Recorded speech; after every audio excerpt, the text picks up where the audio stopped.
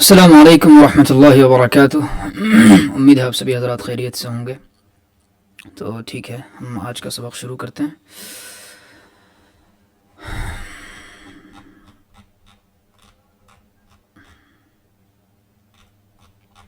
باب نمبر 5، شریعتوں پر مواخذے کے اسباب، یعنی مجازات جو ہے وہ اخلاق و ملکات پر ہوگی، اعمال ظاہرہ پر۔ اس باب میں یہ بحث ہے کہ اللہ تعالیٰ نے اپنے بندوں کو جو مختلف زمانوں میں مختلف شریعتیں اور الگ الگ منہاج عطا فرمائے ہیں، ان پر ثواب و عقاب آیا اسی طرح مرتب ہوتا ہے جس طرح نیکی اور بدی کے اصولوں پر مرتب ہوتا ہے، یا وہ ان اعمال ظاہری ہی پر مرتب ہوتا ہے جن کو شرائع میں مضان، صور، سانچے اور صفات و ملکات کا پیکرہائے محسوس بنایا گیا ہے۔ مثلا جو شخص کسی وقت کی نماز چھوڑ دیتا ہے درحالے کہ اس کا دل بارگاہ خداوندی میں نیاز مندی کے جذبے سے سرشار ہوتا ہے، تو کیا وہ ترک صلاۃ پر ماخوذ ہوگا؟ یا جو نماز ادا کرتا ہے اور تمام شرائط و ارکان کو اس طرح بجا لاتا ہے کہ وہ بری ذمہ ہو جاتا ہے، مگر اس نماز سے اس کے دل میں بارگاہ خداوندی میں کچھ بھی جذبہ نیاز مندی پیدا نہیں ہوتا، یا بس اوپری حد تک رہتا ہے، اس کے دل کی تھا میں داخل نہیں ہوتا، کیا اس کو ایسی نماز پر ثواب ملے گا؟ یہاں یہ بات ملحوظ رہنی چاہیے کہ بحث نیکی اور گناہ کے دنیاوی پہلو سے نہیں بلکہ اخروی پہلو سے ہے۔ دنیاوی مصالح اور مفاسد کے اعتبار سے تو احکام ظاہری اعمال پر مرتب ہوتے ہیں۔ مثلا کوئی شخص بوڑھے ماں باپ کے ساتھ حسن سلوک کرتا ہے یا چاکری کرتا ہے تو اگرچہ وہ دکھاوے کے لیے ہی کرے یا ریت رواج کے طور پر کرے، تاہم وہ ایک نیک طریقے کی ترویج، والدین کو راحت رسانی اور اچھے معاشرتی نظام کو وجود میں لانا ہے۔ یا کوئی شخص زنا، چوری کرتا ہے یا سود کھاتا ہے تو یہ کام بدی جہد یقیناً گناہ ہے کہ یہ بڑی خرابی کا باعث ہے، ان سے دین اسلام بدنام ہوتا ہے، دوسروں کو گناہ کی شے ملتی ہے، مسلمانوں کے ساتھ فریب ہے اور قبیلہ، شہر اور مملکت کو زرڑ پہنچتا ہے، نقصان پہنچتا ہے۔ جیسے سیلاب کے بہاؤ کو روکنے کے لیے کوئی روک کھڑی کی گئی ہو، اب کوئی شخص اس میں رخ نہ ڈالے اور خود تو بچ جائے مگر قوم کو ڈبو دے تو اس کے اس عمل سے مملکت کو یقیناً نقصان پہنچے گا۔ مگر سوال یہ ہے کہ پہلا شخص آخرت میں اجر کا مستحق ہوگا یا اس کا یہ عمل رائے گا جائے گا، اور دوسرے لوگ آخرت میں ماخوذ ہوں گے یا نہیں؟ خلاصہ یہ کہ نیکی اور برائیاں جو نفس کو گھیرتی ہیں تو اس کی بنیاد کیا ہے؟ اعمال بذات خود گھیرتے ہیں یا وہ اعمال جن کے کیفیات کی ترجمانی کرتے ہیں یا جن کیفیات کو پیدا کرتے ہیں وہ گھیرتے ہیں؟ اس سلسلے میں درج ذیل 3 رائے ہیں۔ پہلی رائے تمام حاملین دین اور محافظین شریعت یعنی علماء، فقہاء کی اور تمام مذاہب کے ماننے والوں کی رائے یہ ہے کہ شریعتیں بذات خود موجب ثواب و عقاب ہے، یعنی اعمال کی ظاہری شکلیں ہی جزا اور سزا کا باعث ہے، کیفیات نفسانیہ کا اعتبار نہیں ہے۔ دوسری رائے تمام مذاہب کے محققین کی، راسخین فی العلم کی اور انبیاء کے مخصوص اصحاب کی رائے یہ ہے کہ جزا و سزا کی بنیاد تو اعمال کی ظاہری شکلیں ہیں مگر وہ کیفیات قلبیہ کے ساتھ مربوط ہیں اور جزا و سزا میں ان کا بھی اعتبار ہے۔ تیسری رائے صوفیہ کی ہے، وہ کہتے ہیں کہ ثواب و عقاب کا مدار صرف صفات نفسانیہ پر ہے، جزا و سزا ان اخلاق پر مرتب ہوگی جو روح کے دامن سے چمٹے ہوئے ہوں، اعمال کی ظاہری شکلوں پر مجازات نہیں ہوگی، اور شرائع میں اعمال کا تذکرہ محض تفہیم کے لیے اور دقیق معانی کو ذہنوں سے قریب کرنے کے لیے کیا گیا ہے، یعنی چونکہ کیفیات نفسانیہ اور اخلاق و ملکات کا ادراک عام لوگوں کی استطاعت سے خارج ہے، اس لیے شرائع میں اعمال ظاہری کو جزا و سزا کی بنیاد قرار دیا گیا ہے، ورنہ اعتبار در حقیقت کیفیات و ملکات کا ہے۔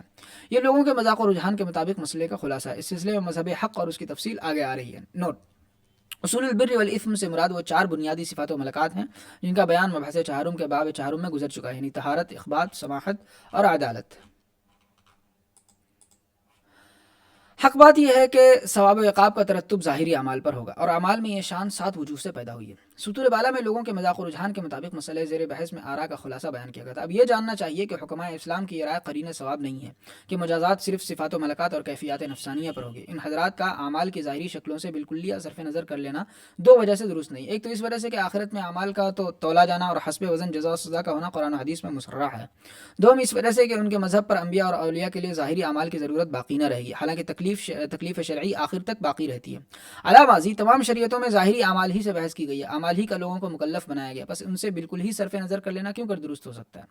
اسی طرح عام ارباب ملل اور علماء فقہ کا یہ خیال بھی درست نہیں کہ رضا و سزا میں صرف ظاہری اعمال کا اعتبار ہے، کیونکہ حدیث شریف میں صاف صراحت ہے کہ اعمال کا مدار نیتوں پر ہے اور ہر شخص کو وہی ملے گا جس کی اس نے نیت کی ہے۔ مثلا جس شخص نے اللہ رسول کی طرف ہجرت کی ہے تو آخرت میں اس کی ہجرت مقبول اور باعث اجر ہے، اور جس نے دنیا کی خاطر یا کسی عورت سے نکاح کرنے کی نیت سے ہجرت کی ہے تو اس کی ہجرت انہی مقاصد کے لیے، آخرت میں وہ ہجرت مقبول اور باعث اجر نہیں ہے۔ بلکہ صحیح رائے محققین کی ہے کہ آخرت میں ثواب و عقاب تو ظاہری اعمال پر مرتب ہوگا، مگر چونکہ ملکات و کیفیات سے ان کا گہرا ربط و تعلق ہے اس لیے مجازات میں ان کا بھی اعتبار ہوگا۔ اب رہی یہ بات کہ اعمال ظاہری کو یہ بلند درجہ کیسے حاصل ہو گیا کہ وہ مدار مجازات بن گئے، اصل مطلوب تو ملکات و کیفیات نفسانیہ ہے۔ اعمال کی ظاہری شکلیں تو وسائط کا درجہ رکھتی ہیں اور وسائط ہمیشہ غیر مقصود ہوتے ہیں۔ تو شاہ صاحب قدس سے فرماتے ہیں کہ اعمال ظاہری کو یہ مقام و مرتبہ 7 وجوہ سے حاصل ہوا ہے جن کی تفصیل درج ذیل ہے۔ پہلی وجہ یہ بات پہلے بیان کی جا چکی ہے کہ تمام شرائع کے لیے کچھ ایسے معدات یعنی سابقہ اسباب و علل ہوتے ہیں جو احکام شرعیہ کو متعین کرتے ہیں اور ان کے بعض محتملات کو بعض پر ترجیح دیتے ہیں، یعنی ہر شریعت میں حکم ایسا بھی دیا جا سکتا تھا اور ویسا بھی۔ یہ معدات ہی ہیں جو ان میں سے خاص وضع کو اور حکم کی مخصوص نوعیت کو متعین کرتے ہیں۔ غرض معدات ظاہری اعمال کی تعین کرتے ہیں، اس لیے شریعتوں میں ان کا اعتبار ایک لازمی امر ہے۔ دوسری وجہ، اللہ تعالیٰ کے علم ازلی میں یہ بات ہے کہ لوگ ان شرائع اور مناہج کے ذریعے ہی دین پر عمل پیرا ہو سکتے ہیں جو ان کو دی گئی، اور وہ یہ بھی جانتے ہیں کہ احکام شریعہ کی مخصوص وضعی ہی وہ چیزیں ہیں جو اس قابل ہیں کہ ان کو لوگوں پر لازم کیا جائے۔ چنانچہ اللہ تعالیٰ نے اپنے علم ازلی میں لوگوں کے لیے جو شریعتیں طے فرمائی ان میں اعمال کی ظاہری شکلیں بھی شامل فرما لی، اس لیے اعمال کو یہ بلند رتبہ مل گیا۔ تیسری وجہ، پھر جب تقدیر الہی کا تیسرا مرحلہ شروع ہوا اور عالم میں چیزوں کے مثالی وجود کی صلاحیت پیدا ہوئی اور وہ اس مرحلے میں پہنچ گیا کہ شرائع کی صورتوں کا فیضان کیا جا سکے اور ان کے مثالی افراد کو موجود کیا جائے، تو اللہ تعالیٰ نے عالم مثال میں تمام شریعتوں کو موجود کیا اور ان کا فیضان فرمایا، تو وہاں عالم مثال میں ان کا معاملہ متقرر اور ثابت ہو گیا اور وہ شریعتیں یعنی اعمال کی ظاہری شکلیں اصل الاصول بن گئی اور انہی پر مجازات کا مدار ہو گیا۔ چوتھی وجہ، ملأ اعلیٰ میں اس بات پر اجماع ہو چکا ہے کہ صفات و ملکات اور ظاہری اعمال ایک ہی چیز ہیں، ان میں فرق برائے نام ہے۔ اس اجماع کی وجہ سے اعمال ان کے اصول کے ہم رتبہ ہو گئے ہیں۔ اس کی تفصیل یہ ہے کہ جب تقدیر الہی کا چوتھا مرحلہ شروع ہوا تو اللہ تعالیٰ نے شرائع کا جو علم ازلی میں تھا وہ ملأ اعلیٰ پر کھولا اور ان کو الہام فرمایا کہ مزان اصول کے قائم مقام ہے، یعنی اعمال ظاہرہ ملکات و صفات کی عوضی پر ہیں، یہ مواقع ان اصول کے پیکر محسوس اور ان کی صورتیں ہیں اور لوگوں کو انہی صور و اشکال کا مکلف بنایا جا سکتا ہے، ملکات و کیفیات نفسانیہ کا مکلف نہیں بنایا جا سکتا کیونکہ ان کا ادراک خفی ہے۔ جب یہ سب باتیں ملأ اعلیٰ کے علم میں آ گئی تو حضرت القدس میں ملأ اعلیٰ میں ایک طرح کا اتفاق ہو گیا کہ ظاہری اعمال میں اور ان کی صفات و ملکات میں نہایت قوی تعلق ہے، جیسا قوی تعلق درجہ ذیل 4 صورتوں میں ہے۔ نمبر 1، واضح یعنی الفاظ کو جن حقیقی معنی کے لیے وضع کیا ہے وہ الفاظ ان معانی پر دلالت کرتے ہیں اور دال مدلول کے درمیان غائب درجہ تعلق ہے، چنانچہ لفظ سنتے ہی معنی موضوع لوگوں کی طرف ذہن منتقل ہو جاتا ہے۔ نمبر 2، موجودات خارجیہ اور ان سے منتزع ہو کر ذہن میں حاصل ہونے والی صورتوں کا بھی یہی حال ہے۔ صور ذہنیہ موجودات خارجیہ پر دلالت کرتی ہیں اور دال مدلول میں نہایت قوی تعلق ہے۔ نمبر 3، صورت پر دلالت کرتی ہے اور اس کی وضاحت کرتی ہے اور بہت سی جگہ اس کی قائم مقامی کرتی ہے۔ نمبر 4، تحریر یعنی حروف کے نقوش حروف پر دلالت کرنے کے لیے وضع کیے گئے، مثلا اردو، عربی، فارسی میں الف کی صورت یہ ہوگی کہ بے کی صورت یہ ہوگی، اور انگریزی میں صورتیں اور ہوں گی اور ہندی میں تیسری طرح کی ہوں گی۔ یہ نقوش بھی حروف پر دلالت کرتے ہیں اور دال مدلول میں اس درجہ قوی تعلق ہوتا ہے کہ دونوں ایک ہی تصور کیے جاتے ہیں۔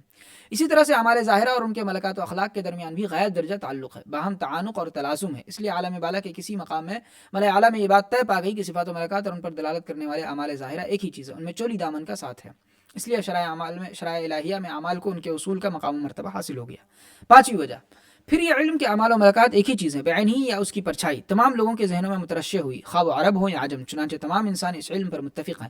آپ دیکھیں گے کہ ہر شخص کے ذہن میں اس علم کا کوئی نہ کوئی گوشہ ضرور موجود ہے، بس یہ علم گویا انسانوں کی گھٹی میں پڑا ہوا، بلکہ عام لوگ تو اعمال ظاہرہ ہی کو سب کچھ سمجھتے ہیں، ملکات و صفات کی طرف ان کا ذہن منتقل ہی نہیں ہوتا، اس وجہ سے بھی اعمال ظاہرہ کو مزیت حاصل ہوئی، یعنی خصوصیت حاصل ہوئی ہے۔ فائدہ، چونکہ دال مدلول میں غیر درجہ تعلق ہوتا ہے اس لیے کبھی دال کو مدلول کا وجود شبیہ بھی کہا جاتا ہے، شبہن کے معنی مانند مماثل، اردو میں اس کو شبیہ کہا جاتا ہے، تصویر کو ذی تصویر کی شبیہ کہتے ہیں، بس اعمال ظاہرہ بھی ملکات و صفات کی شبیہ ہیں اور اس وجود شبیہ کے بھی بعض حیرت زا آثار ہیں جو متلاشی پر مخفی نہیں، اور شریعتوں میں بھی ان میں سے بعض کا اعتبار کیا گیا، مثلا اسلام میں جاندار کی تصویر حرام ہے کیونکہ وہ ذی صورت کی شبیہ ہے، پس اگر تصویر کسی نیک آدمی کی یا کسی بڑے آدمی کی ہوگی تو اس سے شرک کا دروازہ کھلے گا اور گندی عریاں ہوگی تو وہ معاشرے کی خرابی کا باعث ہوگی۔ آج کیمرہ، ٹی وی اور وی سی آر کے دور میں یہ چیز آنکھوں دیکھیے۔ اس سلسلے میں درجہ ذیل 2 مسئلے بھی ملاحظہ فرمائیے۔ پہلا مسئلہ، زکوٰۃ صدقے کو زکوٰۃ نکالنے والے کا میل قرار دیا گیا کیونکہ اللہ کے راستے میں غریبوں پر خرچ کرنے سے بخل زائل ہوتا ہے، پس صدقہ رذیلہ بخل کا وجود شبیہ ہے، اور یہ جو مشہور ہے کہ زکوٰۃ مال کا میل ہے یہ بھی درست ہے۔ بخاری شریف میں حضرت ابن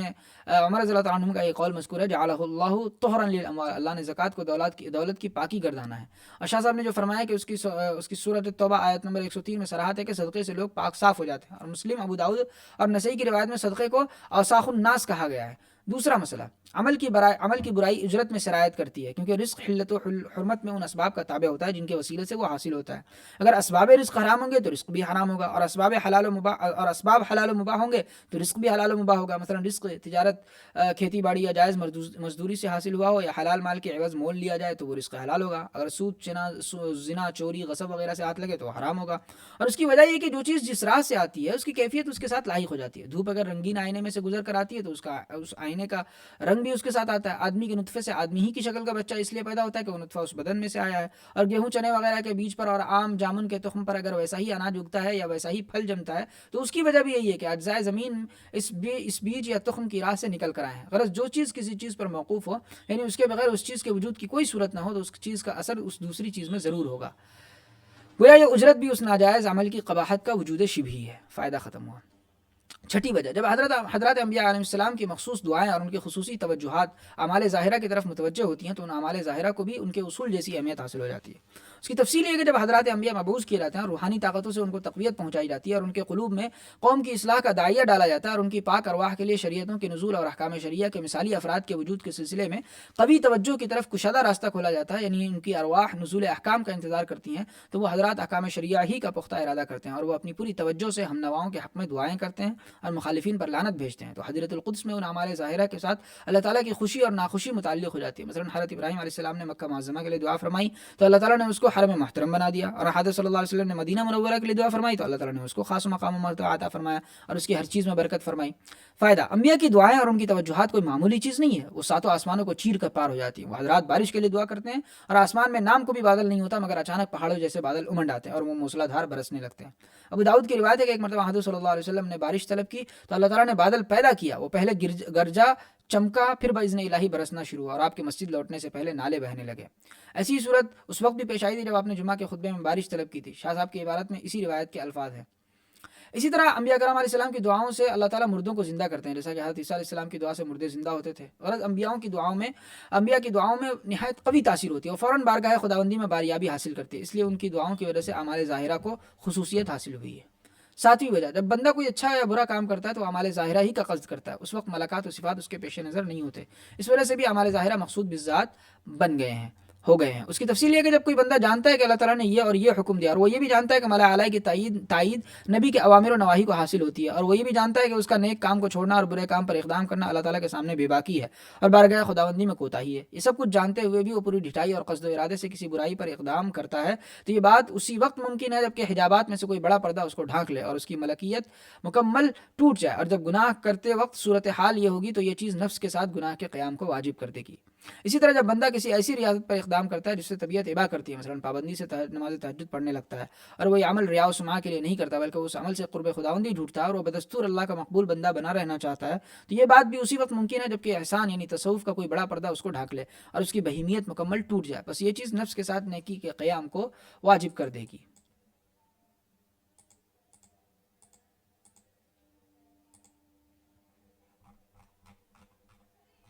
مجازات میں اعمال ظاہرہ کے ساتھ نیتوں کا بھی اعتبار ہوگا۔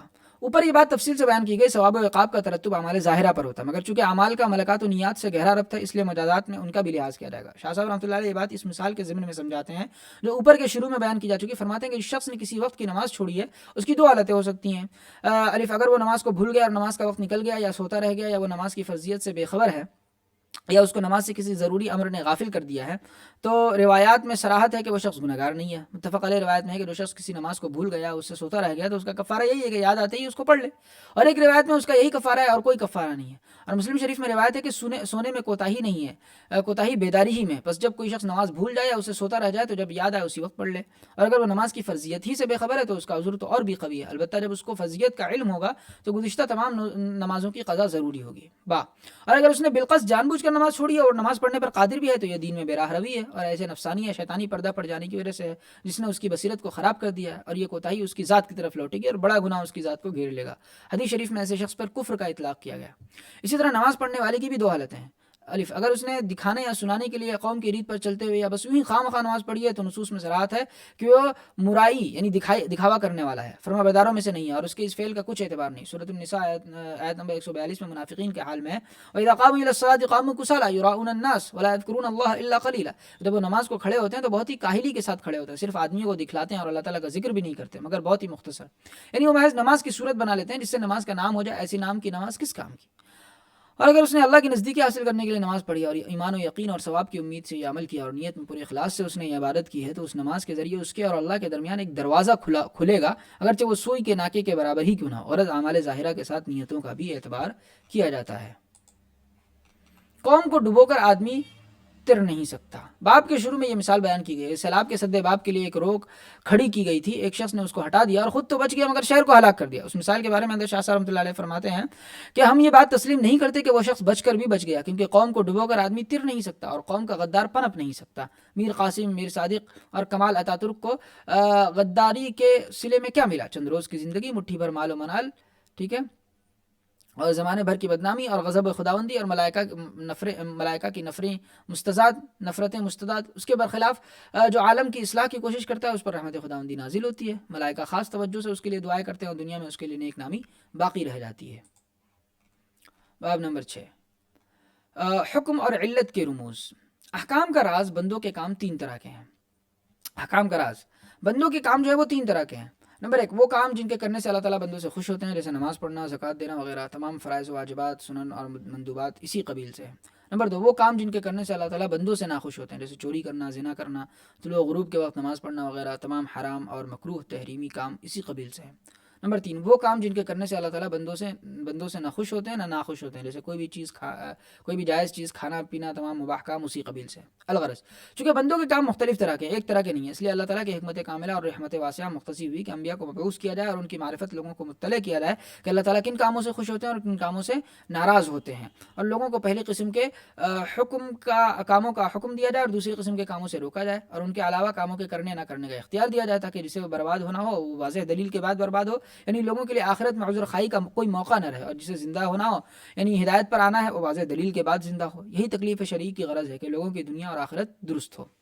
حکم کی تعریف۔ پہلی تعریف بندوں کے کاموں کے ساتھ اللہ تعالیٰ کی خوشی اور ناخوشی کے متعلق ہونے کا یا بندوں کے کاموں کا دونوں باتوں سے بے نشان ہونے کا نام حکم ہے۔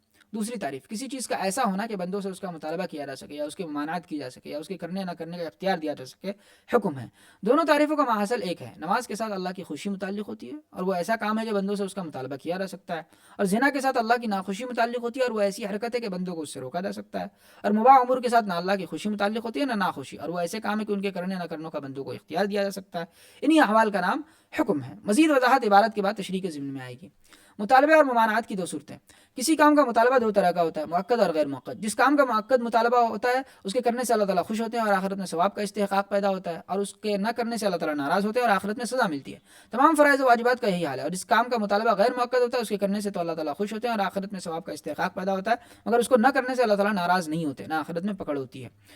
تمام نوافل اعمال کا یہی حال ہے۔ اسی طرح کسی کام کی ممانعت بھی دو طرح کی ہوتی ہے، مؤکد اور غیر مؤکد۔ جس کام کی تاکید کے ساتھ ممانعت کی جاتی ہے، اگر آدمی اس کام سے بئی وجہ بچے کہ وہ شرعاً ممنوع ہے تو اللہ تعالیٰ خوش ہوتے ہیں اور آخرت میں ثواب کا استحقاق پیدا ہوتا ہے، اور نہ بچے تو اللہ تعالیٰ ناراض ہوتے ہیں اور آخرت میں سزا ملتی ہے۔ تمام حرام اور مکروہ تحریمی کاموں کا یہی حال ہے۔ اور جس کام کی ممانعت غیر مؤکد ہوتی ہے، اگر آدمی اس کام سے بئی وجہ اعتراض کرے کہ وہ شرعاً ناپسندیدہ ہے تو اللہ تعالیٰ خوش ہوتے ہیں اور وہ بچنا باعث اجر ہوتا ہے، لیکن اگر آدمی اس کام کو کرے تو اللہ تعالیٰ ناراض نہیں ہوتے، نہ آخرت میں اس پر سزا ملتی ہے۔ تمام مکروہ تنزیہ اور خلاف اولیٰ کاموں کا یہی حال ہے۔ دو احوال کی دلیل۔ مطالبہ اور ممانعت دو طرح کے ہوتے ہیں۔ اس کو سمجھنے کے لیے آپ ان الفاظ میں غور کریں جو خود آپ کے ذہن میں موجود ہے اور جو اس سلسلے میں لوگوں کی باہمی گفتگو میں مستعمل ہے۔ آپ کو یہ بات فطری نظر آئے گی، جس کو مانے بغیر چارہ ہی نہیں کہ مطالبہ بھی دو طرح کا ہوتا ہے اور ممانعت بھی۔ اور غور کرنے کا طریقہ یہ کہ آپ مطالبہ اور ممانعت کے لیے استعمال کیے جانے والے الفاظ کے ازداد کو دیکھیں تو اصل میں دو حالتوں کا پتہ چل جائے گا۔ مثلا اقیم الصلاۃ میں مطالبہ مؤکد ہے کیونکہ اس کی ضد یعنی نماز نہ پڑھنے سے اللہ تعالیٰ سخت ناراض ہوتے ہیں۔ وَإِذَا حَلَلْتُمْ فَاصْطَادُوا میں احرام کھولنے کے بعد شکار کرنے کا مطالبہ غیر مؤکد ہے کیونکہ اس کی ضد یعنی احرام کھولنے کے بعد شکار نہ کرنے سے اللہ تعالیٰ کچھ بھی ناراض نہیں ہوتے۔ اور لا تقربوا الزنا میں ممانعت مؤکد ہے کیونکہ اس کی ضد یعنی زنا کرنے سے اللہ تعالیٰ سخت ناراض ہو جاتے ہیں، چنانچہ اس پر سخت سزا مقرر فرمائی ہے۔ اور ارشاد نبوی ہے ایاکم وخضراء الدین وہی المرأة الحسنات فی المنبت السوء۔ ترجمہ، کوڑی کے سبزے سے بچو، کوڑی کے سبزے سے بچو، یعنی برے خاندان کی گوری عورت سے نکاح نہ کرو۔ یہ ممانعت غیر مؤکد ہے کیونکہ ایسی عورت سے نکاح کرنا شرعاً جائز ہے، اللہ تعالیٰ اس سے قطعاً ناراض نہیں ہوتے۔ ایسے نکاح کے عواقب کا خود نکاح کرنے والا ذمہ دار ہے۔ غرض اسی طرح آپ کے ذہن میں اور لوگوں کی بول چال میں مطالبہ اور ممانعت کے جو الفاظ ہیں ان میں غور کریں کہ مطالبہ اور ممانعت کے لیے ابتداءً بولے ہوئے الفاظ کے ازداد میں خوشی یا ناخوشی کس درجہ جاری و ساری ہے۔ اس سے منطوق میں فیصلہ کریں کہ مطالبہ اور ممانعت مؤکد ہیں یا غیر مؤکد۔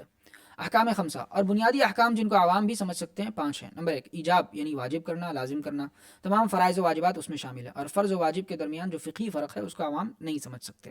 عام لوگ تو بس اتنا ہی جانتے ہیں کہ فلاں کام ضروری ہے، اس طرح فرض عین اور فرض کفایہ کو بھی عوام نہیں سمجھ سکتے۔ نمبر 2، ندب یعنی فضیلت والے کام، مستحب امور یعنی نوافل اعمال جیسے سنن مؤکدہ، سنن غیر مؤکدہ، نفلی صدقات اور روزے وغیرہ۔ نمبر 3، اباحت یعنی حلال ٹھہرانا، جائز قرار دینا، واجبات، مندوبات اور حرام مکروہ امور کے علاوہ تمام کام مباح ہیں۔ نمبر 4، کراہیت کہتے ہیں، یعنی ناپسند کرنا، یعنی مکروہ تنزیہی اور خلاف اولا امور۔ نمبر 5 تحریم، یعنی حرام قرار دینا، ناجائز ٹھہرانا، تمام حرام قطعی اور مکروہ تحریمی کام اس میں شامل ہے۔ عام لوگ دلیل قطعی اور ظنی کا فرق نہیں جان سکتے، وہ تو بس اتنا ہی جانتے ہیں کہ فلاں کام ناجائز ہے اور اس امر میں حرام اور مکروہ تحریمی دونوں یکساں ہیں۔ نوٹ، اور آج کل جو لوگوں کے ذہنوں میں مکروہ تحریمی کا درجہ حرام سے فروتر ہو گیا اور لوگ جسارت اور بے باکی سے کہہ دیتے ہیں کہ یہ کام حرام نہیں ہے، مکروہ ہے، یہ دینی مزاج کا فساد ہے۔ علت کا بیان۔ علت حکم شرعی میں ملحوظ وہ وحدت ہے جو اپنے جلو میں کثرت کو لیے ہوئے اور حکم اس وصف پر دائر ہو، یعنی جہاں وہ وصف پایا جائے حکم بھی پایا جائے، اور جہاں وہ وصف نہ پایا جائے حکم بھی نہ پایا جائے۔ مثلا شراب حرام ہے نشہ آور ہونے کی وجہ سے، پس نشہ آور ہونا ایک ایسی وحدت ہے جو اپنے جلو میں بے شمار مشروبات کا حکم لیا اور حکم اس وصف پر دائر ہے، یعنی جو بھی مشروب نشہ آور ہوگا حرام ہوگا، اور جہاں یہ وصف منتفی ہوگی حرمت کا حکم بھی مرتفع ہو جائے گا۔ بس اسی وحدت کا نام علت ہے۔ علت کا راز، چونکہ تمام مکلفین کو ان کے ہر عمل پر علیحدہ خطاب کرنا ناممکن ہے، کیونکہ مکلفین کے اعمال غیر محدود ہیں جن کو احاطہ علمی میں لانا لوگوں کی استطاعت سے باہر ہے، اس لیے ضروری ہوا کہ جب ان سے خطاب کیا جائے تو قواعد کلی کی شکل میں کیا جائے جو اپنے اندر ایسی وحدت لیے ہوئے ہوں، جو کثرت کو اپنی لڑی میں پروئے ہوئے ہوں، تاکہ لوگ اس وحدت کے ذریعے کثرت کا علم حاصل کر سکیں اور ان کو احاطہ علمی میں لا سکیں، یعنی اس وحدت کے ذریعے لوگ اپنے بے شمار اعمال و افعال کا حکم معلوم کر سکیں۔ آپ یہ بات اچھی طرح سمجھنے کے لیے ان قواعد کلیہ پر غور کریں جو خاص امور کے لیے بطور قوانین مقرر کیے گئے ہیں۔ مثلا نحوی قاعدہ کلیہ ہے کہ فاعل مرفوع ہوتا ہے، یہ قاعدہ طالب علم یاد کر لیتا ہے اور اس کے ذریعے بے شمار جزئیات کا حکم معلوم کر لیتا ہے، جیسے قام زید میں زیدن کا اور قعد عمر میں عمر کا، اور اس طرح کی بے شمار جزئیات کا حال اس قاعدہ کلیہ سے طالب علم معلوم کر لیتا ہے، اس کو ہر مثال کا حکم الگ الگ بتانا نہیں پڑتا۔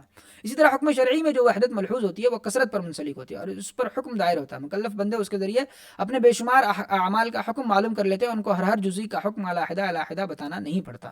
احکام شریعہ میں ملحوظ اسی وصف کا نام علت ہے۔ مثلا قرآن کریم نے خمر کو حرام کیا، لفظ خمر میں نشہ کے وصف کی طرف اشارہ ہے، کیونکہ خمر ہر نشیلی چیز کو کہتے ہیں جو عقل پر پردہ ڈال دے۔ یہ وصف جان لینے سے ہر اس مشروب کا حکم معلوم ہو جاتا ہے جو نشہ آور ہو۔ اب لوگوں کو ہر مشروب کا حکم الگ الگ بتانے کی ضرورت نہیں ہے، یہی وحدت علت ہے۔ اس کی مزید تفصیل یہ ہے کہ قرآن و حدیث میں جو احکام بیان کیے گئے ہیں وہ قواعد کلیہ کی شکل میں بیان نہیں کیے گئے، کیونکہ قواعد کلیہ کو سمجھنا علوم عقلیہ سے مناسبت کے بغیر ممکن نہیں، اور قرآن تمام انسانوں کے لیے نازل ہوا ہے اور جمہور میں مختلف استدادیں ہوتی ہیں، اس لیے قرآن کریم میں احکام کو جزئیات کی شکل میں نازل کیا گیا، البتہ وہ جزئیات اپنے دامن میں قواعد کلیہ کو سمیٹے ہوئے ہوتی ہیں۔ مثلا ارشاد باری تعالیٰ ہے وَأَن تَجْمَعُوا بَيْنَ الْأُخْتَيْنِ، یعنی تم پر ایک ساتھ دو بہنوں کو نکاح میں جمع کرنا حرام کیا گیا۔ یہ حکم کتنا آسان ہے، معمولی فہم رکھنے والا شخص بھی اس کو بآسانی سمجھ سکتا ہے، مگر یہ جزئی اپنے جلو میں ایک قاعدہ کلیہ لیے ہوئے، اور وہ یہ کہ ایسی دو عورتوں کو نکاح میں جمع کرنا حرام ہے کہ اگر ان میں سے کسی کو بھی مرد فرض کیا جائے تو اس کا دوسری سے ہمیشہ کے لیے نکاح حرام ہو، جیسے خالہ بھانجی کو اور پھوپھی بھتیجی کو نکاح میں جمع کرنا حرام ہے۔ یہ عورتیں بھی دونوں بہنوں کے حکم میں، ظاہر ہے کہ یہ قاعدہ کلیہ عام لوگوں کی فہم سے بالا تر ہے۔ اب سوال یہ ہے کہ ان دونوں باتوں کو کیسے جمع کیا جائے، یعنی ایک طرف تو احکام کو جزئیات کی شکل میں بیان کرنا ضروری ہے تاکہ لوگ ان کو سمجھ سکیں، دوسری طرف احکام کو عمومی پیرائے میں بیان کرنا بھی ضروری ہے، کیونکہ جزئیات تو بے شمار ہیں، ان کو لوگ کہاں تک یاد رکھیں گے۔ اس کی شکل یہ تجویز کی گئی کہ بیان احکام کی ظاہری شکل تو جزئیات کی ہو، مگر وہ کوئی ایسا وصف یعنی وحدت بھی اپنے اندر لیے ہوئے ہو جو اپنے جلو میں بے شمار جزئیات کا حکم رکھتا ہو، اسی وصف کا نام علت ہے۔ مثلا سود کا تحقق بے شمار چیزوں میں ہوتا ہے جن کا استقصاء دشوار ہے، چنانچہ حدیث میں 6 چیزوں گیہوں، جو، کھجور، نمک، سونا اور چاندی کا تذکرہ کر کے سود کی حرمت کا اعلان کیا گیا۔ فقہاء نے ان میں سے وحدت یعنی وصف نکالا اور جہاں جہاں اس وصف کو پایا سود کا حکم جاری کیا، اور جہاں وہ وصف منتفی نظر آیا اس میں سود کا حکم مرتفع کر دیا۔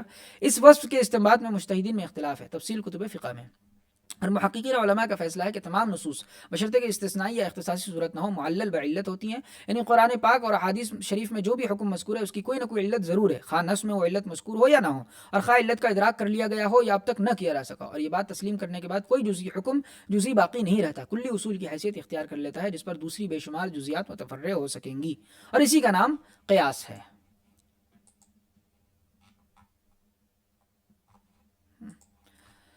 تشریح، حکم کی بنیادی قسمیں دو ہیں، حکم تکلیفی اور حکم وضعی۔ حکم تکلیفی اور اس کی اقسام خمسہ کا بیان گزر چکا، مذکورہ عبارت میں حکم وضعی کی ایک خاص قسم یعنی علت کا بیان ہے۔ حکم وضعی اس چیز کو کہتے ہیں جو حکم تکلیفی کا باعث اور مقتضا، مثلا نشہ آور ہونا شراب کی حرمت کا باعث ہے، بس شراب کا نشہ آور ہونا تو حکم وضعی ہے، اور شراب کا حرام ہونا یہ حکم تکلیفی ہے، اور حکم وضعی بھی حکم تکلیفی کی طرح 5 ہے، علت، سبب، شرط، علامت اور مانع۔ حکم وضعی بھی حکم تکلیفی کی طرح نشہ آور ہونا شراب کی حرمت کا باعث ہے، پس شراب کا نشہ آور ہونا تو حکم وضعی ہے، اور شراب کا حرام ہونا حکم تکلیفی ہے، اور حکم وضعی بھی حکم تکلیفی کی طرح 5 ہیں۔ یعنی علت، سبب، شرط، علامت اور معنی سب کی تفصیلات اصول فقہ کی کتابوں میں ہے۔ شاہ صاحب نے صرف علت کا راز بیان کیا اور علت کی ماہیت مختصر طور پر بیان فرمائی ہے۔ ہم ذیل میں قدر تفصیل کرتے ہیں۔ مجموع لغات الفقہ میں علت کی تعریف اس طرح کی گئی ہے: الوصف الذي يناط به الحكم الشرعي يوجد الحكم بوجوده ويتخلف بانعدامه، یعنی علت وہ وصف ہے جس کے ساتھ حکم شرعی معلق کیا گیا ہو، وصف پایا جائے تو حکم بھی پایا جائے اور وصف معدوم ہو جائے تو حکم بھی متخلف ہو جائے۔ مثلا شراب کی حرمت کا حکم نشے کی صفت کے ساتھ معلق کیا گیا ہے، نشہ ہوگا تو حرمت ہوگی، اور شراب سرکہ بن جائے اور نشہ نہ رہے تو وہ حلال ہے، بس نشہ آور ہونا علت ہے۔ اور مسلم الثبوت میں علت کی تعریف یہ ہے: ما شرع الحکم عنده تحصیرا للمصلحہ، یعنی علت وہ چیز ہے جس کے پائے جانے پر حکم مشروع کیا گیا ہو، مصلحت، جلب منفعت یا دفع مضرت کو حاصل کرنے کے لیے۔ فات الرحمود، مثلا نشہ آور ہونا علت ہے کیونکہ اس کے پائے جانے پر جلب منفعت اور دفع مضرت کے لیے شراب حرام ہوتی ہے۔ اور مسلم الثبوت میں ایک دوسری جگہ 4 احکام وضعیہ، علت، سبب، شرط اور علامت کو ایک ساتھ اس طرح بیان کیا گیا ہے کہ الخارج المتعلق بالحکم اما مؤثر فيه وهو العلة او مفض اليه بلا تاثیر وهو السبب، وقد يطلق مجازا على العلة اولا فان توقف عليه وجوده فالشرط وان دل فالعلامة۔ ٹھیک ہے، یعنی وصف خارجی جس کا حکم کے ساتھ تعلق ہو، یا تو حکم میں مؤثر ہوگا تو وہ علت ہے، جیسے نشہ آور ہونا حرمت شراب کا باعث ہے اس لیے اس کو علت کہیں گے، یا وہ حکم تک مفضی ہوگا، حکم میں اثر انداز ہوئے بغیر تو وہ سبب ہے، جیسے نمازوں کے اوقات نمازوں کے لیے سبب ہے۔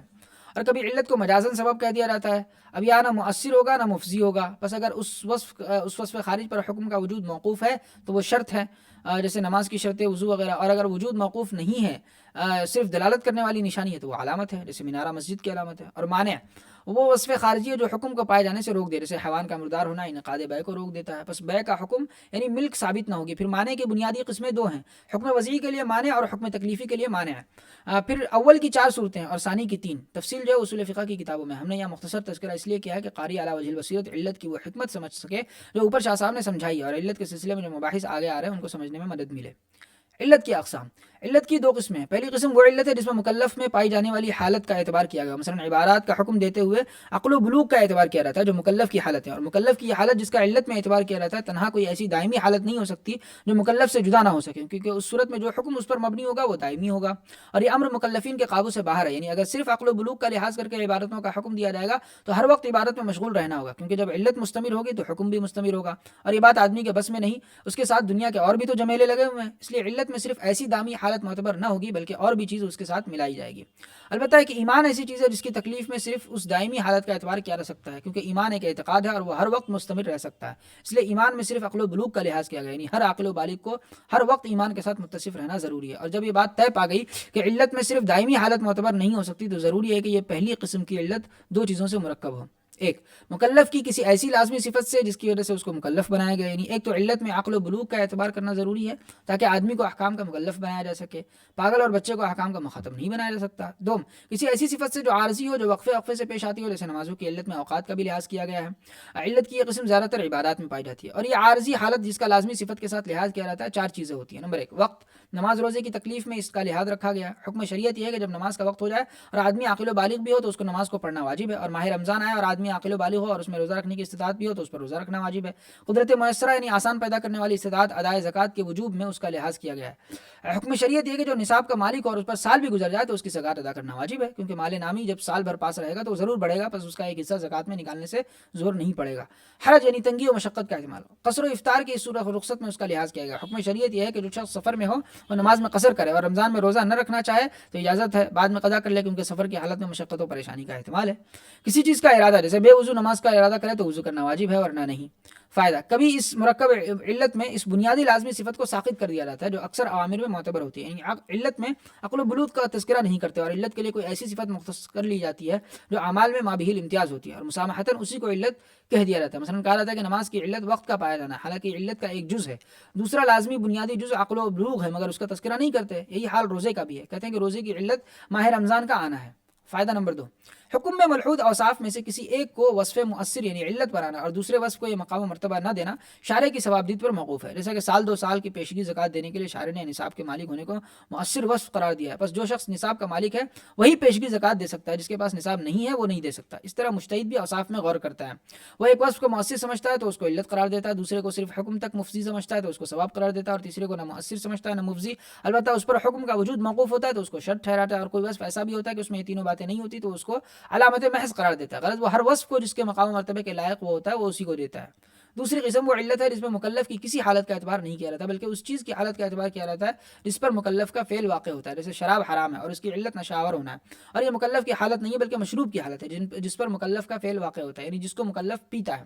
یا علت میں اس چیز کی حالت کا اعتبار کیا جاتا ہے جس کا اس چیز سے کسی قسم کا تعلق ہوتا ہے جس پر مکلف کا فعل واقع ہوتا ہے. جیسے حق شفا کی علت ضرر جوار یعنی پڑوسیوں کی ایذا رسانی سے بچنا ہے, اور یہ جائیداد کی صفت نہیں ہے جس کو خریدا گیا ہے بلکہ خریدار کی حالت ہے جس کا جائیداد سے خریداری کا تعلق ہے. اور علت کی یہ دوسری قسم عام طور پر بسیط ہوتی ہے, مرکب حالت نہیں ہوتی, اور وہ دو طرح کی ہوتی ہے. نمبر 1 حالت لازمہ, یعنی مکلف کا فعل جس چیز پر واقع ہوتا ہے اس کی کوئی لازمی حالت علت ہوتی ہے. مصنف رحمۃ اللہ نے اس کی درج ذیل 5 مثالیں دی ہیں. نمبر 1 شراب حرام ہے نشہ آور ہونے کی وجہ سے, اور یہ شراب کی صفت لازمہ ہے. نمبر 2 خنزیر کھانا حرام ہے رجس کی وجہ سے, اور یہ خنزیر کی صفت لازمہ ہے. نمبر 3 کچلی دار درندے حرام ہیں جیسے شیر, چیتا, لومڑی, کتا وغیرہ, اور اس کی علت درندگی ہے جو ان حیوانات کی صفت لازمہ ہے. نمبر 4 وہ پرندے حرام ہیں جو پنجے سے شکار کرتے ہیں جیسے باز, شکرا, چیل, گدھ وغیرہ, اور اس کی علت بھی درندگی ہے جو ان کی صفت لازمہ ہے. نمبر 5 ماں سے نکاح حرام ہے اور اس کی علت قرابت قریبہ ہے جو اس کی صفت لازم ہے. نمبر 2 عارضی حالت جو وقفے سے طاری ہوتی ہے جیسے چوری اور زنا کرنا جو ان کے موصوف کی عارضی حالتیں اور گاہ بگاہ پیش آتی ہیں. فائدہ نمبر 1 علت کی یہ دوسری قسم عام طور پر تو بسیط ہوتی ہے مگر کبھی جس چیز پر مکلف کا فعل واقع ہوتا ہے اس کے احوال میں سے 2 یا زیادہ حالتوں سے مرکب بھی ہوتی ہے. جیسے زنا مع احسان, رجم کی علت اور احسان 6 حالتوں کے مجموعے کا نام ہے جیسا کہ تشریح میں آئے گا. اور زنا مع بکر یعنی کنوارپن یہ کوڑوں کی علامت ہے, اور یہ اس زانی کے احوال ہیں جو زنا کے ساتھ متصف ہوتا ہے. فائدہ نمبر 2 کبھی علت میں مکلف کی حالت کو اور اس چیز کی حالت کو جس پر مکلف کا فعل واقع ہوتا ہے جمع کیا جاتا ہے. جیسے ریشم اور سونا امت کے مردوں پر حرام ہے اور اس کی علت 2 چیزیں ہیں. مرد ہونا جو مکلف کی حالت ہے, سونے چاندی کا سامان تنعم و ترفع ہونا جو اس چیز کا حال ہے جس پر مکلف کا فعل واقع ہوتا ہے یعنی جس کو آدمی پہنتا ہے. اور چونکہ حرمت کی علت 2 حالتوں کا مجموعہ ہے اس لیے عورتوں پر یہ دونوں چیزیں حرام نہیں ہیں, کیونکہ مرکب علت کا جب ایک جز نہ رہا تو کل نہ رہا, اور علت منتفی ہو گئی تو حکم بھی ختم ہو گیا. چلیے ٹھیک ہے, اب ہم آگے بڑھتے ہیں اگلی کتاب کی طرف جس کا نام ہے روایت فلسفہ, اور اس کے صفحہ نمبر 143 پر ہیں. جینی اپنے شوہر کی طرح پرجوش انقلابی تھی. وہ اپنے ہاتھ سے مارکس کے مسودے صاف کیا کرتی تھی. اس نے نامساعد حالات کا دلیری سے مقابلہ کیا, البتہ اس بات سے وہ کڑتی تھی کہ مالی پریشانیوں سے اس کے شوہر کو تکلیف ہوتی تھی. جوزف ویڈمیر کو لکھتی ہے, یہ مت خیال کرنا کہ میں ان پریشانیوں کے سامنے جھک جاؤں گی. میں جانتی ہوں کہ ہماری کشمکش کچھ ہمارے ساتھ خاص نہیں ہے. مجھے اس بات سے دلی خوشی ہے کہ میرا پیارا شوہر میری زندگی کا سہارا بھی میرے ساتھ ہے. اس بات سے البتہ مجھے دکھ ہوتا ہے کہ اسے معمولی پریشانیوں کا سامنا کرنا پڑا اور اس کی امداد کا کچھ انتظام نہ ہو سکا. وہ جو دوسروں کی مدد کرنے میں دلی خوشی محسوس کرتا رہا ہے اب خود محتاج ہے. ان حالات میں جینی اپنے قیمتی کپڑے, زیور, برتن گروی رکھ کر یا بیچ کر ان انقلابیوں کے لیے نان نفقے کا انتظام کرتی رہی جو یورپ سے بھاگ کر لندن میں پناہ لے رہے تھے. ان کے کھانے کی میز پر صبح و شام ان تباہ حال غریب الوطنوں کا ہجوم رہتا تھا. وہ نہایت شفقت اور خندہ پیشانی سے ان کی پذیرائی کرتی تھی. یہ لوگ جینی کے لبوں پر ہمدردی کی مسکراہٹ دیکھ کر اپنے آلام و مصائب بھول جاتے تھے. جینی کو جہیز میں جو بھاری چاندی کے برتن ملے ان پر آرگل خانوادے کا نشان کھدا ہوا تھا. آرگل خان ویسٹ فالن کے قرابدار تھے. ایک دن کارل مارکس یہ برتن گروی رکھنے کے لیے بازار لے گیا. دکاندار نے آرگل کا نشان دیکھا اور پھر تعجب سے مارکس کی حیات قضائی پر نظر کی. اس کا ماتھا ٹھنکا اور چیب جبی ہو کر پوچھنے لگا کہ تمہارے پاس یہ برتن کیسے آئے؟ مارکس نے بڑی مشکل سے اس کی تشفی کی اور اپنی جان چھڑائی. کچھ عرصے تک Marx New York Herald Tribune کی نامہ نگاری سے اپنا اور اپنے بچوں کا پیٹ پالتا رہا. کئی دفعہ ایسا بھی ہوا کہ اس نے کئی دن گھر سے باہر قدم نہیں رکھا کیونکہ اس کے پاس کپڑے نہیں تھے. معمولی ضروریات کے لیے اس نے اپنے تن کے کپڑے بھی گروی رکھنے پڑے.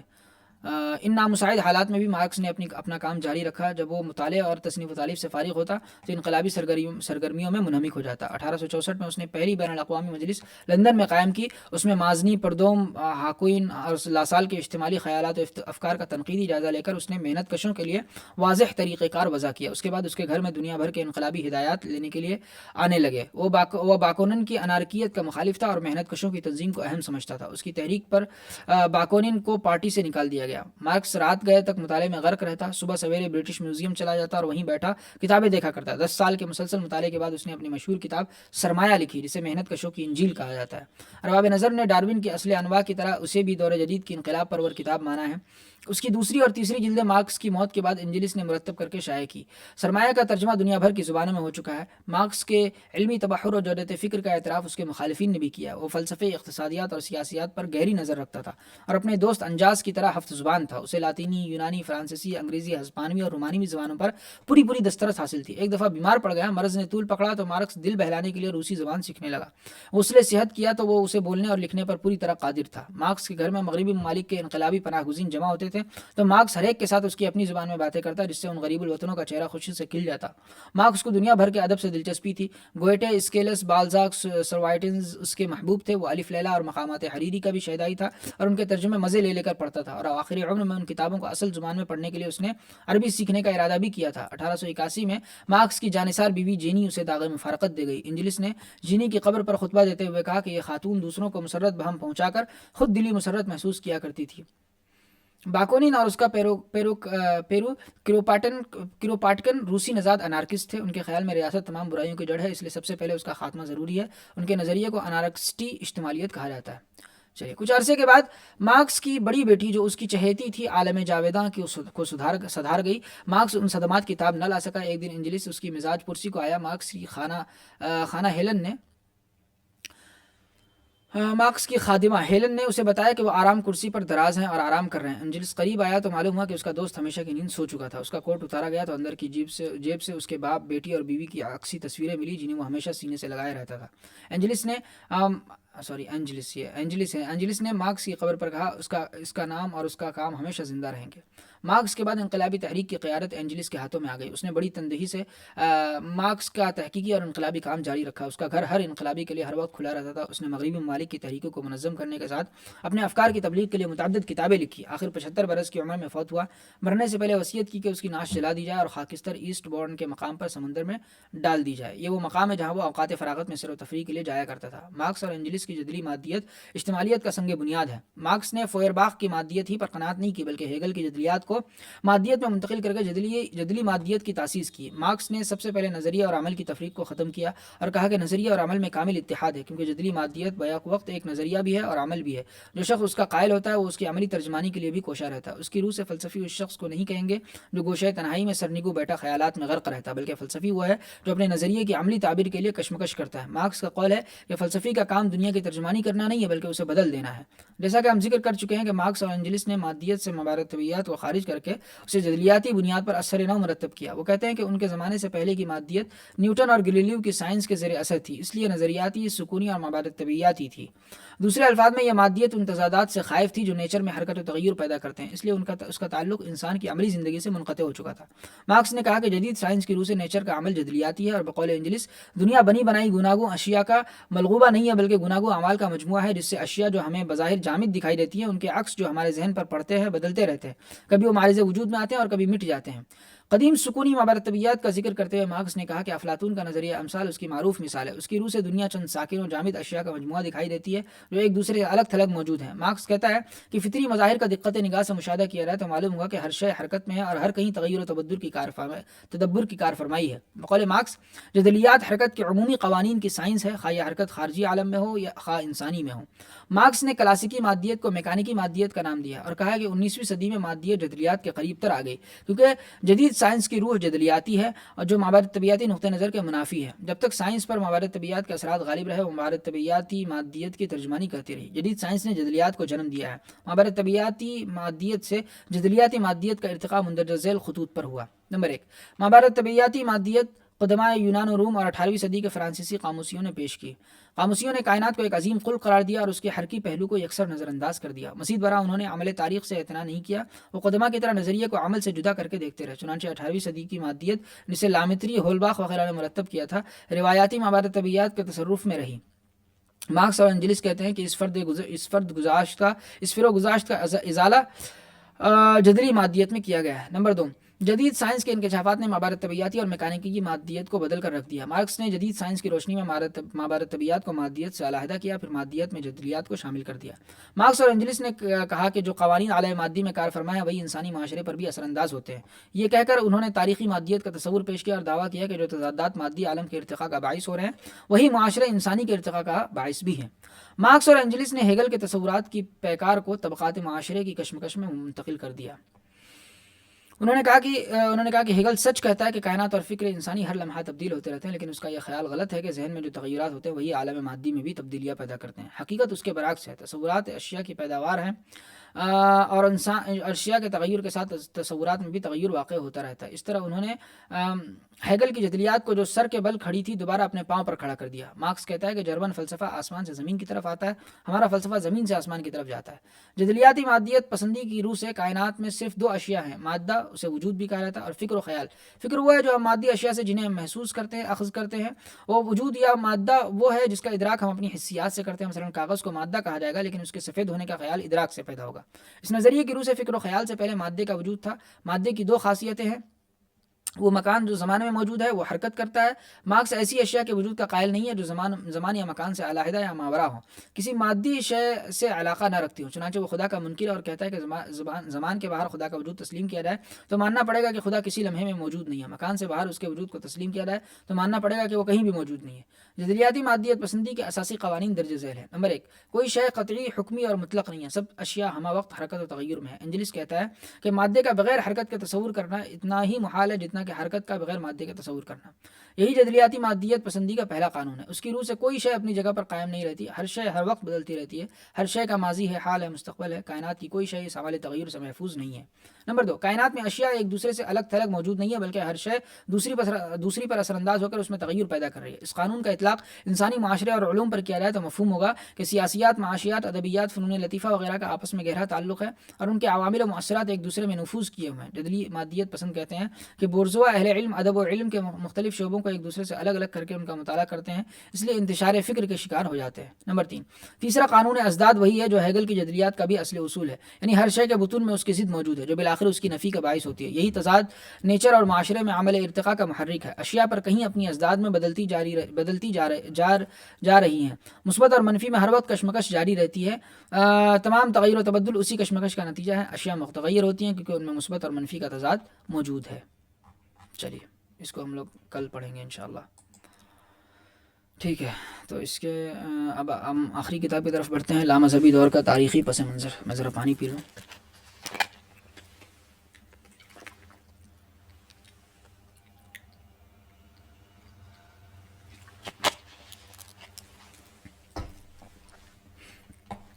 فلسفہ ہمیشہ روح انسانی کو مطمئن کرنے میں ناکام رہا۔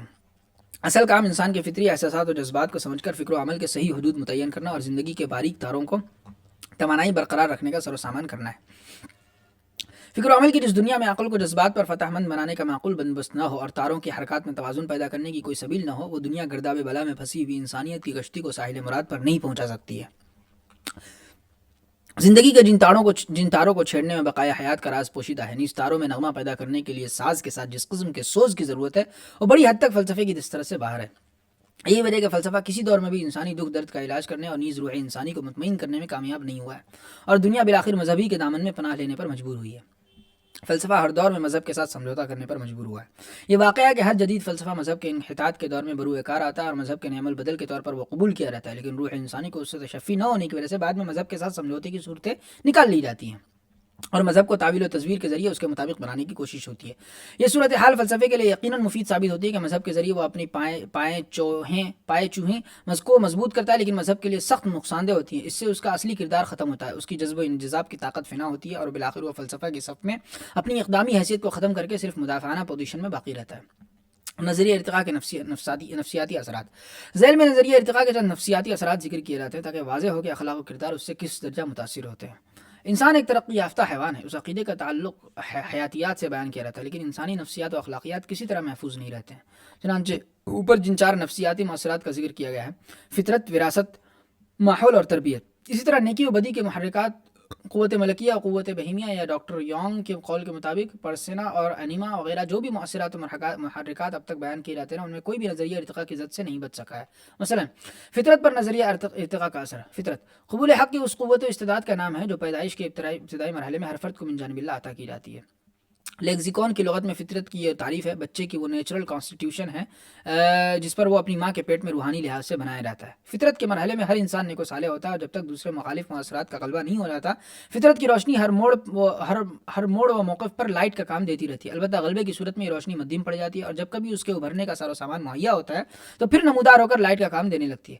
یہ فطرت گویا انسانی زندگی کا اصلی اور مستقل جوہر ہے، اسی کی موافقت سے انسانیت نشو و نما پاتی اور بالغی حاصل کرتی ہے اور جس قدر اخلاق و کردار میں اس کی مخالفت شرافت ہوتی ہے اسی قدر انسان انسانیت سے دور اور حیوانیت سے قریب ہوتا ہے۔ اس نظریے میں فطرت کی مستقل حیثیت نہیں ہے، لیکن نظریہ ارتقاء میں فطرت کو نہ مستقل حیثیت حاصل ہے اور نہ وہ جوہر کی پوزیشن میں ہے، بلکہ ایک ایسا وصف ہے جو انسان و حیوان میں امتیاز قائم کرنے کے لیے سابقہ حیوانی نفسی کیفیات کی بتدریج ترقی اور تاثیر و تأثر کے عمل کے نتیجے میں ظاہر ہو گیا ہے، جس کی تہ میں لازمی طور سے حیوانی جراثیم سرایت ہیں اور مادی اثرات کی کار فرمائی ہے۔ پھر جب ارتقائی کے نتیجے میں امتیازی وصف ظاہر ہوا تھا تو حیوانی اثرات اور مادی کثافتوں سے اس کی صفائی اور نگرانی کا بندوبست ہونا چاہیے تھا، لیکن نظریہ ارتقاء میں از اول تاخر کہیں بھی اس قسم کی کوئی نشاندہی نہیں ملتی ہے، بلکہ اس کی تعبیر و تشریح کی وادیوں میں بسا اوقات یہ وصف گم ہو کر رہ جاتا ہے۔ حقیقت انسانی میں فطرت جس قدر صاف و نکھری ہوئی ہے، ارتقاء حیوانی میں اسی قدر کثیف و الجھی ہوئی ہے، پھر مخالف اثرات سے اس کے تحفظ کی کوئی سبیل ہے اور نہ بروئے کار لانے کے لیے فکر و عمل کا کوئی نظام ہے۔ ایسی حالت میں انسان کے اخلاق و کردار کا ڈھانچہ جس قسم کا متعین ہوگا وہ اہل نظر سے مخفی نہیں ہے، یہاں صرف یہ دکھانا ہے کہ حیات انسانی میں فطرت کی حیثیت تخم کی ہے جس میں نشو و نما اور برگ و باری کی پوری استعداد موجود ہے، لیکن نظریہ ارتقاء میں یہ تخم بھی حیوانی خواص اور مادی اثرات سے محفوظ نہیں ہے۔ جب انسان فطرتی کے مرحلے سے ان خواص و اثرات میں ملوث ہے تو آگے چل کر کیا توقع ہے کہ اس میں روحانیت کی نمود ہوگی یا وہ انسانی شرافت و فضیلت کو آشکارا کرنے کا اہل قرار پائے گا؟ ایک فرضی شبے کا جواب ہو سکتا ہے کہ ماہرین نفسیات اس موقع پر یہ جواب دے کہ نظریہ ارتقاء میں وصف فطرت چند جبلتوں کے آپس میں امتزاج اور عمل اور رد عمل کا نہایت پیچیدہ اور عجیب و غریب نتیجہ ہے۔ یہ جبلتیں انفرادی طور پر بے شک حیوانی نوعیت کی تھی، لیکن جب آپس میں مل کر وحدت کی شکل میں تبدیل ہو گئی تو ان کے خواص و اثرات یکسر بدل گئے اور حیوانی نوعیت میں بھی فرق آ گیا۔ جس طرح دو یا چند متضاد وصف آپس میں ملتے ہیں تو ان کے اشتراک و مزاج سے ایک ایسا وصف پیدا ہو جاتا ہے جو ان کے انفرادی نوعیت کے لحاظ سے مختلف ہوتا ہے۔ اس بنا پر یہ کہنا صحیح نہیں ہے کہ وصف فطرت کے نمودار ہونے کے بعد بھی اس میں حیوانیت کا عنصر پایا جاتا ہے اور مادی کثافت برقرار رہتی ہے، لیکن یہ جواب بحث و تمحیص کے قابل اس وقت بن سکے گا جبکہ نظریہ ارتقاء کے تشریح و توضیح میں فطرت کی مذکورہ پوزیشن قائم رکھی گئی اور زندگی میں اس کا مستقل کردار تسلیم کیا گیا ہو۔ جس نظام میں روح کی مستقل حیثیت بلکہ وہ مادے کی کرشمہ سازیوں کے نتیجے میں ظہور پذیر ہوتی ہے اور صرف مادی قوت و طاقت کو معیار بنا کر ارتقاء کی منزلیں طے کرائی جاتی ہے، اس میں فطرت کی مذکورہ پوزیشن اور اس کی جوہریت کا سوال ہی کب پیدا ہوتا ہے؟ وراثت پر نظریہ ارتقاء کا اثر۔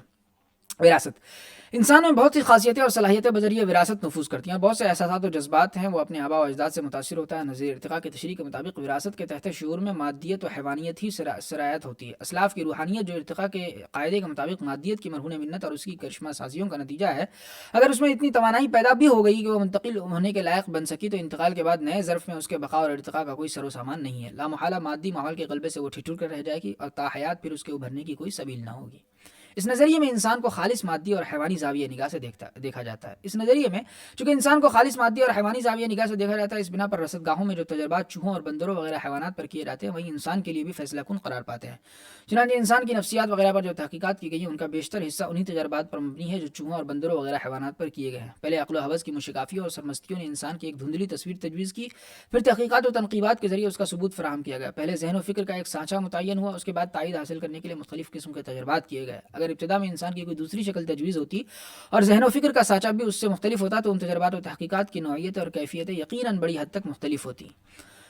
جب ذہن و فکر کی صحت و رسائی کی کوئی ضمانت نہیں ہے تو جو چیزیں ان پر مبنی ہو وہ کیسے قطعی اور حتمی قرار پا سکتی ہیں؟ اصل چیز پہلے انسان کی ذہنی و فکری اصلاح ہے، اسی پر تمام تصورات و خیالات کی صحت کا مدار ہے۔ یہی وجہ ہے کہ وحی الہی نے ایمان و یقین کے ذریعے سب سے پہلے ذہن و فکر کی اصلاح پر پورا زور صرف کیا ہے۔ ماحول کے آگے انسان کی بے بسی و مجبوری۔ ماحول انسان شعوری اور غیر شعوری طور پر گرد و پیش کی دنیا سے متاثر ہوتا ہے اور بڑی حد تک اس پر قابو پانے کی طاقت بھی رکھتا ہے، جیسے کہ واقعات و مشاہدات شاہد ہے۔ لیکن نظریہ ارتقاء کے مطابق انسان بہما وجوہ یعنی تمام وجوہ کے ساتھ ماحول کے مناسب بننے پر مجبور ہوتا ہے، کیونکہ بقاء و ارتقاء کی ضمانت انہی کو حاصل ہوتی ہے جن میں ماحول کے موافق خصوصیات اور مدافعات کے اسباب مہیا ہوتے ہیں۔ اس نظریے میں ماحول ہی اصل متصرف و کارپرداز ہے اور انسان اپنی بقاء اور ارتقاء کے لیے اس کے آگے بے بس اور مجبور محض ہے۔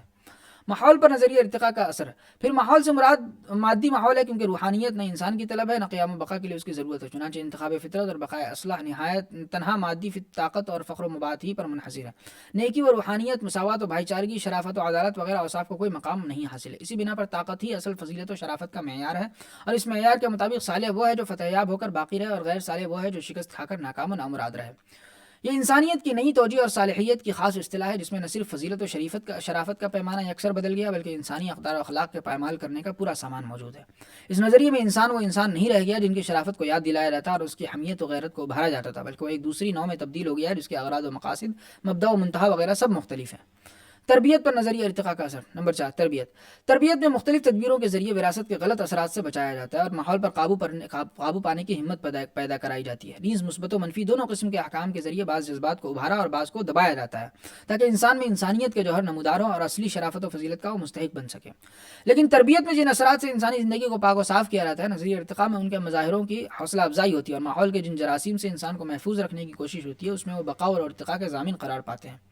اسی طرح قوت ملکیہ کو جلا دے کر جن عقائد و خیالات اور اعمال و اخلاق کی پرورش کی جاتی ہے، انسانیت کی نئی توجیہ میں وہ بیکار ثابت ہوتے ہیں اور انہیں خیالات و اعمال کو فروغ ہوتا ہے اور انہی خیالات و اعمال کو فروغ ہوتا ہے جس سے قوت بہیمیہ کی نمود ہوتی ہے۔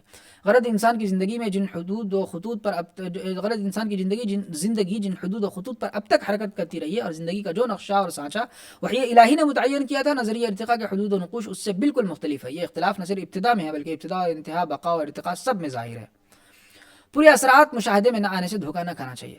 یہ نظریہ چونکہ غیر فطری ہے، اسی بنا پر پورے اثرات ابھی مشاہدے میں نہیں آ رہے ہیں۔ ہو سکتا ہے کہ بعض لوگوں کو مذکورہ حقائق کے تسلیم کرنے میں بھی تأمل ہو، لیکن جن لوگوں کی نظر میں اس کا پس منظر اور اس کے نوک پلک ہے انہیں مذکورہ اثرات کے تسلیم کرنے میں تأمل نہ ہوگا۔ یہ نظریہ لامذہبی دور کی پیداوار ہے۔ یہ دراصل اس دور کی پیداوار ہے جبکہ مروجہ عیسوی مذہب زندگی کے مسائل حل کرنے اور انسان کی تشنگی بجھانے میں ناکام رہا تھا اور دنیا چاروں نچار لامذہبیت میں عافیت و پناہ کی راہ ڈھونڈنے لگی تھی۔ ایسی حالت میں اس سے مذہب و اخلاق کی توقع بیکار ہے۔ چنانچہ اس نظریے میں کہیں بھی خدا و روح وغیرہ مذہبی حقائق کا تذکرہ نہیں ملتا اور کائنات کی تاریخ اس انداز پر مبنی قرار پاتی ہے کہ جس میں نہ کسی ما فوق ہستی کا تصور ہے، نہ کسی کی فعلیت اور سربراہی کو تسلیم کیا گیا ہے۔ مذہب کے بارے میں سنجیدہ فلسفیوں کی رائے۔ لیکن جس طرح فلسفیوں کا ایک گروہ مذہب کو کوئی اہمیت نہیں دیتا، اسی طرح ایک سنجیدہ اور باشعور گروہ اس کو فطری حقیقت تسلیم کرتا ہے۔ چنانچہ رونان کے نزدیک مذہبی جبلت انسان میں ایسی ہی فطری ہے جیسے چڑیوں میں گھونسلہ بنانا ان کی فطرت میں ہے۔ نیٹشے اور پستانوئی وغیرہ فلسفیوں نے نہایت وثوق کے ساتھ کہا ہے کہ نفس انسانی کا جوہر مذہبی احساس ہے اور تمدنی زندگی کے لیے مذہب بمنزلِ روح کے ہے۔ البتہ مذہب سے یہاں وہ مذہب مراد نہیں ہے جو محض آرائش و تکلفات کا کام دیتا ہے اور سیاسی لوگ مقصد براری کے لیے اس کو استعمال کرتے ہیں، بلکہ حقیقی مذہب ہے جو ایمان و یقین کے ذریعے زندگی کے تاروں کو چھیڑتا ہے اور مثبت و منفی احکام سے زندگی کی تربیت کرتا ہے اور پھر دنیا کے لیے امن و شانتی کا پیغمبر بنتا ہے۔ یہ واقعہ ہے کہ مذہب کے بغیر روح انسانی مطمئن نہیں ہو سکتی ہے۔ ظاہری طور پر زندگی کو خواہ کتنا ہی باروب اور باوسوق کیوں نہ بنا دیا جائے، مذہب کے اسی فطری احساس کا نتیجہ ہے کہ بہت سے فلسفیوں نے اوائل عمر میں نادانی سے مذہبی حقائق کا انکار کیا، لیکن جب ان کے شعور میں پختگی ہوئی اور زندگی نے ایک حقیقت کی تلاش پر مجبور کیا تو بالآخر مذہبی کے دامن میں انہیں پناہ ملی۔ ڈارون خود بھی کھل کر مذہب کا انکار نہ کر سکا تھا، خود ڈارون بھی مذہب کے معاملے میں برابر مضطرب رہا اور کھل کر انکار کی جرأت نہ کر سکا۔ ایک طرف اس کا فلسفہ تھا جو روح کو مطمئن کرنے میں ناکام رہا تھا اور دوسری طرف اس کی فطرت تھی جو ماورائے عقل چیزوں کو تسلیم کرنے پر مجبور کر رہی تھی۔ نیز ایک طرف انتخاب طبیعی کا نظریہ تھا جو تعمیر کا نہیں بلکہ تخریب کا نتیجہ تھا اور اس کے بروئے کار آنے میں مصیبت و نقصان اور نفرت و ظلم وغیرہ کی طرف دعوت تھی، اور دوسری طرف محبت و رحم وغیرہ کے فطری جذبات و احساسات تھے جو اس کو رحیم و کریم قادر مطلق ہستی کے تسلیم کرنے پر مجبور کر رہے تھے۔ اس مسئلے میں وہ متلون مزاج بن گیا تھا۔ چونکہ ان متضاد حالات و کیفیات کو انگیز کرنا اس کے بس میں نہ تھا، اس لیے مذہب کے معاملے میں وہ متلون مزاج بن گیا تھا۔ کبھی کوئی رائے ظاہر کرتا تھا اور کبھی کوئی، چنانچہ جب کبھی اس کو مذہب کی نسبت اظہار رائے پر مجبور کیا جاتا تو وہ ہمیشہ وجود شر کی طرف اشارہ کرتا تھا۔ ایک نوجوان کو جس نے اس مسئلے کی نسبت اس کی رائے پوچھی تھی، یہ جواب دیا تھا کہ معقول ترین نتیجہ مجھے یہ معلوم ہوتا ہے کہ یہ مسئلہ انسان کے حیطۂ عقل سے ماورا ہے، لیکن اس کے باوجود انسان اپنا فرض ادا کر سکتا ہے۔ ڈارون پہلے وحی کا قائل تھا۔ جب اس کی اہم تصنیف مبدأ انواع شائع ہوئی تو اس وقت بھی وہ خدا کا قائل تھا، پھر بتدریج اس کے خیال بدلتے گئے یہاں تک کہ وہ اپنے کو لا ادری کہنے لگا، جس کا مطلب ہے کہ میرا علم اس مسئلے کے حل کے لیے کافی نہیں ہے۔ لا ادریت خود انسان کی بے بسی کا اعتراف کرتی ہے اور اس کو علم و معلومات کی ایک ایسی دنیا تسلیم کرنے پر مجبور کرتی ہے کہ جس تک رسائی کے بعد موجودہ نظریات میں تبدیلی ناگزیر بن جاتی ہے۔ لیکن افسوس ہے کہ ڈارون کو یہ موقع میسر نہ آیا اور اسی اضطراب و الجھاؤ کی حالت میں اس کی موت واقع ہو گئی۔ البتہ مذہب کے بارے میں مذکورہ رویے سے یہ بات واضح ہو جاتی ہے کہ ڈارون کا فلسفہ اس کی نظر میں بھی زندگی کے بہت سے مسائل حل کرنے میں ناکام رہا تھا اور خود اس کی تشنگی بجھانے کا سامان نہ کر سکا تھا۔ ٹھیک ہے، آج ہم لوگ یہیں تک رہنے دیتے ہیں۔ آپ لوگ حضرات کا بہت بہت شکریہ، جزاک اللہ خیرہ، اور آپ حضرات سے درخواست ہے کہ ذرا ویڈیو دیکھنے کی پابندی کریں، ٹھیک ہے، اور اپنے ساتھیوں کے ساتھ بھی اس کو شیئر فرمائیں، ٹھیک ہے، جزاک اللہ خیر، السلام علیکم ورحمۃ اللہ وبرکاتہ۔